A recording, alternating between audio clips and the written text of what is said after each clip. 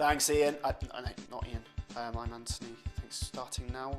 We're live. Big game in the EPL this week. It's not just a game, it's a religion game. The Geordie Derby, those two big Newcastle teams, Newcastle United and Sunderland. And former professional footballer turned pundit Ian Fiveankles is there outside the ground and he's licking his lips all over this one. Hi, Ian. Hi, Anthony. Ian, I've been telling the viewers you've been licking your lips right all over this one, the Geordie Derby. Yes, some people call it the Geordie Derby, but I'm calling it the Kentucky Derby, the Kentucky Fried Derby, the Kentucky Fried Chicken Derby, because, Anthony, I'm licking my lips all over this fixture, exactly as if I just ordered a bucket of Kentucky Fried Chicken from Kentucky Fried Chicken. Actually, Ian, they don't call it Kentucky Fried Chicken anymore, they simply call it KFC. Really? Well, that's a strange decision.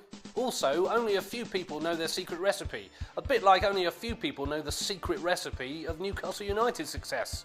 Although I myself include myself in that group. Glad you brought that up, Ian, because I was going to ask you, what is the secret to Newcastle United's success? I heard it was hard work, perspiration, and pure old-fashioned smoking hot ball play. Yes, it is. Who told you the secret?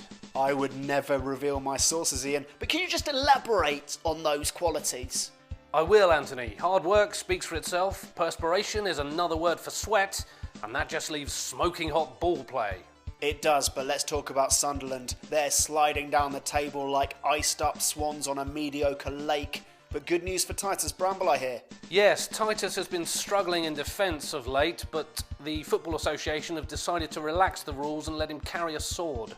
That's great for him, but can it stop the black and whites? Well, Anthony, it all depends which Newcastle turn up. If it's Newcastle United, they should win. But there's another Newcastle Benfield, who play in Northern League One.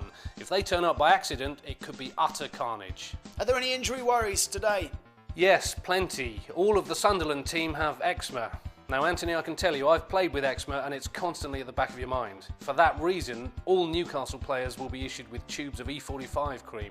Sad news for Shola Amiobi, who's quitting football at the end of the season to concentrate on his Twitter feed. That's right, Anthony. It wasn't really happening for him as a footballer, but Twitter is a different story.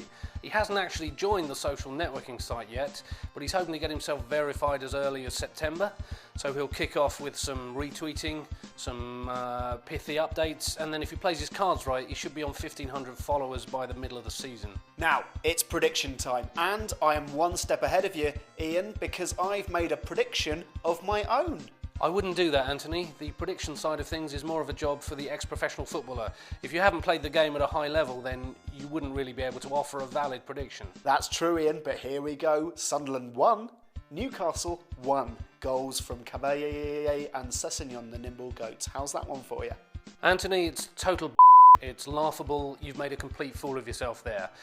I did have my own prediction, but I'm not going to give it to you now. Nope.